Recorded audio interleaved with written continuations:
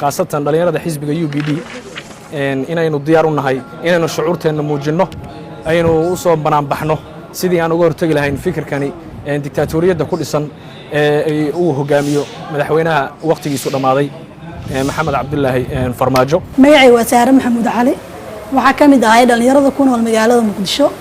waxaan diyaar u ahay inaan ka qayb galo banaanbaxa maalinta Jimcaha ka dhacaya daljirka Dahsoon iyadoo ay tahay xuquuq dastuurkii siiyay.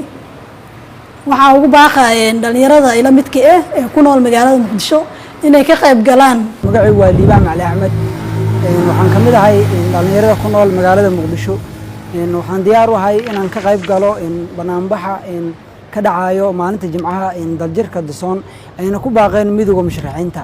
waxaan dhalinyarada Soomaaliyeed ku bogaadinayaa inay ka soo qayb galaan banaanbaxaas ayna ku muujiyaan dareenkooda maadaama ay jirto caqabado badan oo dalku uu ku sugan yahay. magacay waa Saadiya Cali Ismaan waxaan ku noolahay magaalada Muqdisho. waxaan ka mid ahay dhalinyarada Soomaaliyeed ee ku nool magaalada Muqdisho. waxaan diyaar u ahay inaan ka qayb galo banaanbaxa nabadeed ee ka dhacay daljirka Dahsoon. dhalinyarada asagay waxaan ugu baaqi lahaa inay ka soo qayb galaan banaanbaxaas. magacay waa Liibaan Xasan Cabdullaahi waxaan ka tirsanay xisbiga UPD waxaan ahay musharax xildhibaan u taagan doorashada baarlamaanka Jamhuuriyadda Federaalka Soomaaliya. sidaynu ognahayba dawladdii mas'uulka inooga ahay dardargelinta arrimaha doorashooyinka waxa muddaxileedkoodu dhammaaday iyadoo aan ilaa iminka heshiis laga gaadhin hanaanka iyo hirgelinta doorasho hufnaan iyo cadaalad iyo sinaan ku dhacda oo looga gudbo dhammaadka muddaxileedkan looguna gudbo muddaxileedka cusub.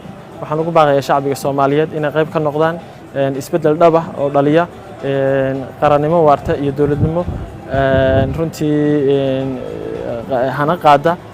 waxaan kaloo ugu baaqayaa inay ka soo qayb galaan banaanbaxa ka dhacaya daljirka Dahsoon kaasoo oo muwaadinka Soomaaliyeed xaq u siinaya inuu ku gudbin karo cabashadiisa ka dhanka ah madaxweynaha sida sharci darrada ugu fadhiya kursiga iyo muuqasho la'aanta jihada loo jihaysan doono si dalka looga samato bixiyo xaaladda nimanka ku jiro. magacaygu waa Bashir Midaas Muuse waxaan ka mid ahay dhalinyarada ku dhaqan magaalada Muqdisho. waxaan soo dhaweynayaa banaanbaxa ay ugu baaqeen midowga musharaxiinta.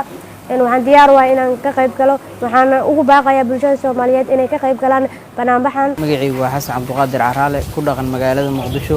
waxaan soo dhaweynayaa banaanbaxa ay ku baaqeen midowga musharaxiinta.